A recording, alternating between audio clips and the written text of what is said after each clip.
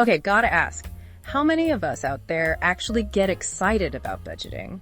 It can feel like, I don't know, Yeah. voluntarily signing up for like torture. Right. But what if I told you that this guide that you sent over, How to Create a Personal Budget, is actually less about restriction? And more like this treasure map to actually reaching your goals faster. I like that. That's a great analogy. This guide really does emphasize that a budget isn't about deprivation. It's about understanding your financial landscape, right? Yeah. So you can make these informed decisions that align with your values. Right. And we all want those quick wins. And Yeah. this guide actually gives you a framework for achieving them. One of the things that really jumped out at me was this whole idea of a sinking fund. Like instead of putting off a purchase, right, or going into debt. You're strategically setting aside money, like specifically for that new tech gadget or that weekend getaway. I mean, that's a quick win. Yes. That also brings this sense of control, wouldn't you say? Absolutely. And the guide talks about that. It dives into how identifying and really understanding where your money is going can actually be really empowering.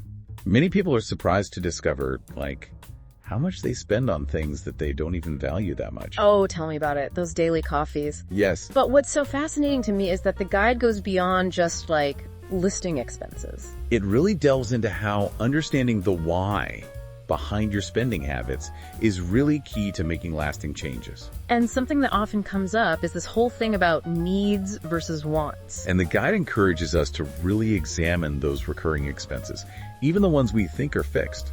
For example, you might think your monthly rent is totally non-negotiable, but have you really explored refinancing options? Or consider the savings you could have from relocating. It's like the guide is saying that even your fixed expenses can have a little wiggle room if you're willing to get a little bit creative, right? Now let's talk about something that often trips people up.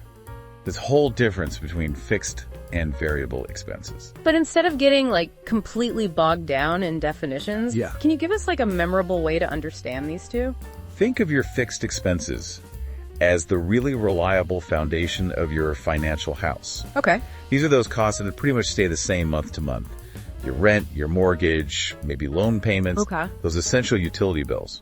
You know what to expect, just like, your roof is going to be there tomorrow. Yeah. And then your variable expenses, those are more like, doing the interior decorating of your financial house. You can switch things up, Yeah. get creative. You can make adjustments as you need to, depending on what your goals are and what's really important to you. Okay. So this is where you have more flexibility. This is stuff like your groceries, going out to eat, how much you spend on entertainment, and even, those tempting online shopping sprees. Okay, that's such a good way to remember it.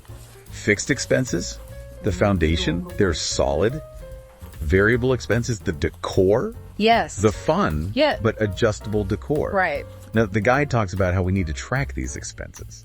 And let's be real, that's where it can get, kind of tedious. But you know me, I am all about finding those tech shortcuts. And this guide does not disappoint. Yeah. It mentions apps like Mint, YNA, Pocket Guard. Are these just like glorified digital checkbooks? Or can they actually make this whole budgeting thing less painful? What I think is so cool about these apps is they actually go way beyond just like basic tracking. They actually connect to your bank And account. connect to your credit card. So you can see like a real-time view of your spending. Okay. So take Mint, for example. It'll categorize your transactions for you automatically. Okay. It makes visual reports so you can actually see these spending patterns. And it even sends like personalized alerts. Ooh. Like if you're like approaching your budget limit for eating out, it'll say, hey, watch out. Okay. That kind of thing. Okay, so no more burying my head in the sand, hoping for the best. Right. Mint sounds like it could be a good option for those of us who are visual learners. Yeah, definitely. Like me, like to Well, see yeah. where our money is going in a glance. But the guide also mentions YNA. Yes.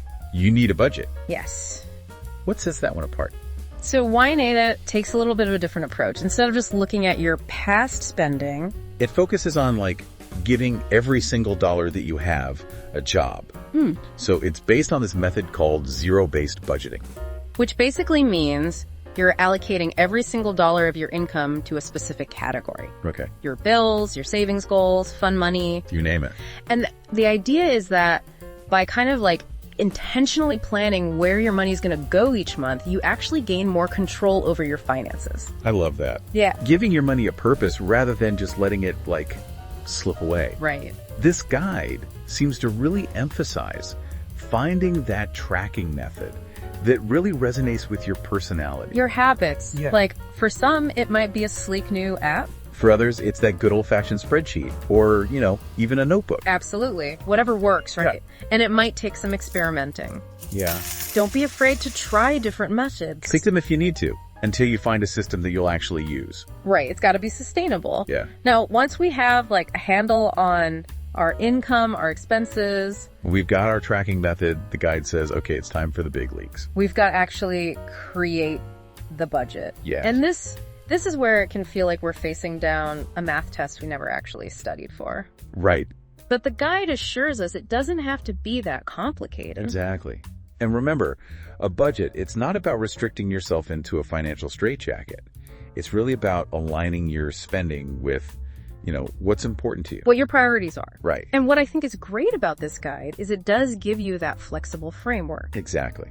And it talks about this crucial idea of financial goals. Yes. How does having clear goals make the whole budgeting process feel less like a chore? And more like, we're working towards something really exciting. Oh, because when you have a vision for what you're working towards, whether it's putting a down payment on a house, maybe a dream vacation, or retiring early, whatever it is for you, it gives your budget a purpose. It transforms it from just like a set of restrictions into a roadmap to getting to where you want to go and achieving those aspirations. It's like, if you don't know where you're going, any ride will get you there. Right. But with a budget and those clear goals, you're actually in the driver's seat, choosing the most scenic route, right? Yes. I remember when I first started budgeting. Yeah. I would get so discouraged. Like, if I overspent in a certain category one month, yeah. I was like, well, I guess I fell off the wagon. I might as well give up. Right, yeah. But this guide has such a refreshing perspective on that. And what's so important to remember is that a budget is not a pass-fail test. It's really just a tool to help you understand yourself better and make those little course corrections along the way. Yeah. And this guide encourages us to view those times that we, maybe don't do it perfectly, not as failures, but as really valuable feedback. Okay. Like, did you overspend, say, on eating out because you were stressed? Well, maybe that's a sign that it's time to find some healthier stress management techniques. Mm-hmm. Or if you had, an unexpected car repair and it kind of threw your budget off. Yeah. Maybe that's a good reminder to really look at your emergency fund and see if it's where it needs to be. I love that. Reframing those so-called mistakes. Yeah, exactly. Instead of beating ourselves up over every little misstep. It's all about learning, right? Adapting and building those financial muscles over time. Exactly. And, the guide also talks about how life is always changing. Yeah. So your budget should be flexible enough to change right along with you. Did you get a raise? Fantastic. Let's adjust those savings goals. Or maybe even finally tackle that home improvement project. Oh. Or you're facing an unexpected expense. Okay, no problem. We can tap into that emergency fund or maybe adjust spending in other areas. So it's like this guide is giving us permission to kind of embrace the ups and downs of life, right? Yes. While still staying financially grounded. And I think that is so important because, let's be real, this stuff can be emotional. Absolutely. And, one thing that I think is really interesting is the guide also talks about the psychology of money.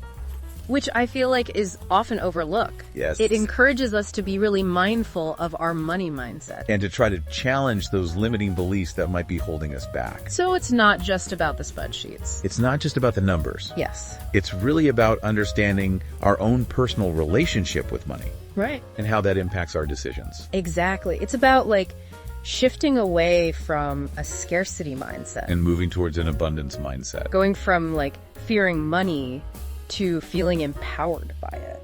Wow, that's powerful. That really makes this whole budgeting journey feel less like a chore and more like, wow, this is a path to personal growth. Couldn't have said it better myself. Mm-hmm. I mean, I think this guide really does offer this holistic way of thinking about budgeting. One that really embraces both the practical and the emotional sides of things. Well, listeners, we have reached the end of our deep dive into budgeting. I don't know about you, but I'm feeling inspired. We really unpacked the why, the how, and the what now of actually creating a budget that works for you, not against you. Remember, it's a journey, not a race. Uh-huh. Every step that you take towards feeling good about your finances, that's a victory, Yeah, and you should celebrate it. absolutely. And on that note, maybe a final thought for our listeners. Okay. You know, we've been talking about how powerful it can be to budget for ourselves. But imagine the possibilities when you take these same principles and apply them to shared finances, Maybe that's with a partner or your family. or even just a group of friends working towards a common goal. How can having these open and honest conversations about money not only strengthen those relationships, but also create this incredible sense of shared purpose? Ooh, Something to think about as you're on your own budgeting adventures. excellent food for thought. Until next time, happy budgeting, everyone.